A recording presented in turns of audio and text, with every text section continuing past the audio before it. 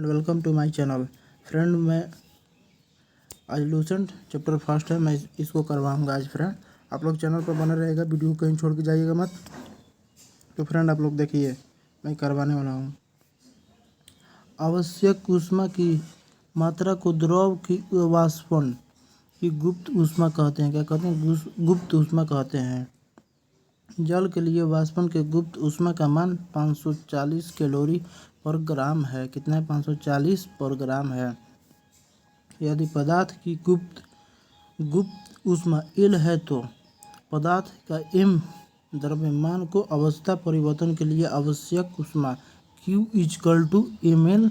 गुप्त ऊष्मा का SI मात्रक क्या होता है? जूल पर किलोग्राम है। इसको याद रखिएगा फ्रेंड, बहुत इम्पोर्टेंट क्वेश्चन ये सब रहता है।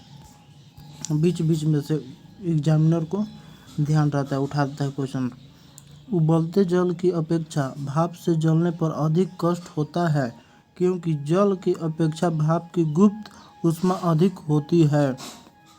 अब देखिए, 0 डिग्री सेल्सियस पर पिघलती बर्फ में कुछ नमक सोडा मिलाने से बर्फ का गलनांक 0 डिग्री सेल्सियस से घटकर -22 डिग्री सेल्सियस तक कम हो जाता है।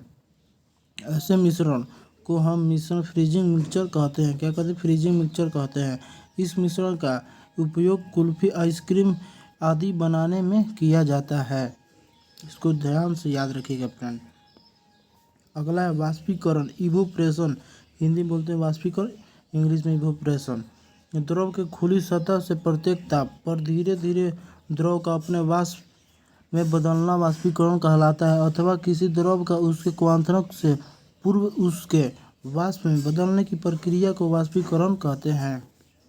नेक्स्ट है प्रशीतक, और इंग्लिश में बोलते हैं रेफ्रिजरेटर। प्रशीतक में वाष्पीकरण द्वारा ठंडक कूलिंग उत्पन्न की जाती है। तांबे की एक वाष्प कुंडली में द्रव फ्रीऑन भरा रहता है, जो वाष्पीकृत होकर ठंडक उत्पन्न करता है।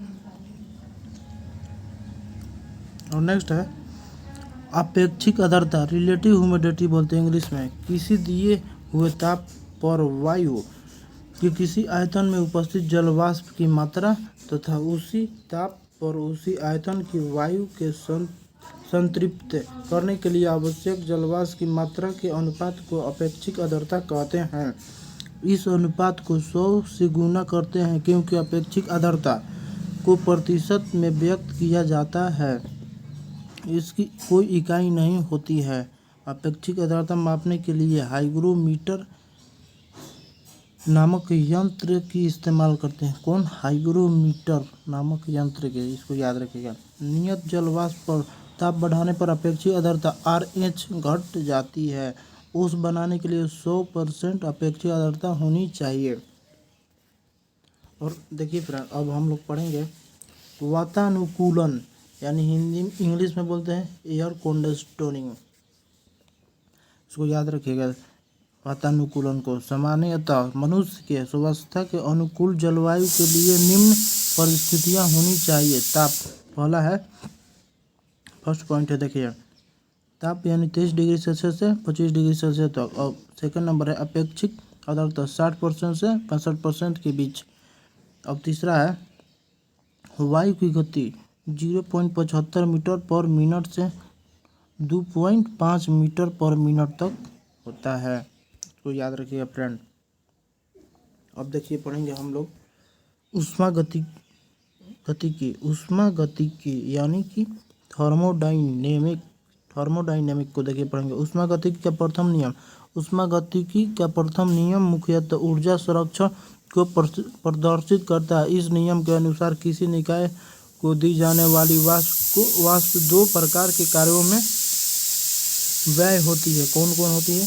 पहला होती है निकाय की आंतरिक ऊर्जा में वृद्धि करने में, और जिससे निकाय का ताप बढ़ता है। और सेकंड नंबर हम लोग पढ़ेंगे, देखिए क्या है, बाह्य कार्य करने में। सेकंड नंबर और समतापी प्रक्रम, आइसोथर्मल प्रोसेस। देखिए आइसोथर्मल प्रोसेस पढ़ेंगे, और इसको हिंदी में बोला जाता है समतापी प्रक्रम। देखिए, जब किसी निकाय में कोई परिवर्तन इस प्रकार हो कि निकाय का ताप पूरी क्रिया में स्थिर रहे तो उस परिवर्तन के समतापी परिवर्तन कहते हैं।